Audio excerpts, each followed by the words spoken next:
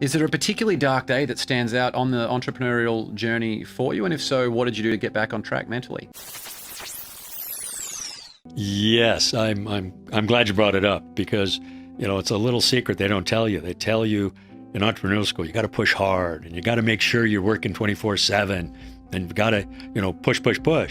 Well, that's what I wound up doing. And about 4, 5, 6 years in, I changed my mission from helping the world, giving Pictionary to the world and people having fun to how do I make more money, right? How do I push this game?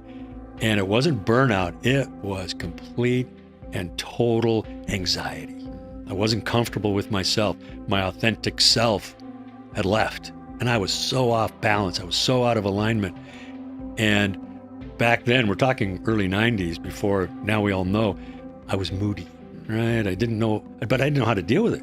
And so for a couple of years, I was getting in fights with my partners over nothing. And I wouldn't show up for work periodically. And it just became untenable. So I took a leave of absence. That's all I could do. I had to remove myself and recalibrate.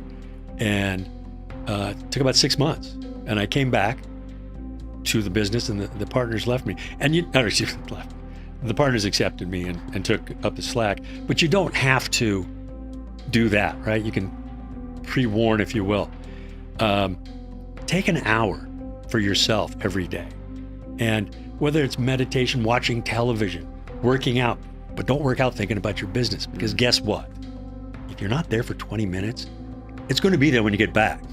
It's not like it'll fail if you take time. So take time for yourself.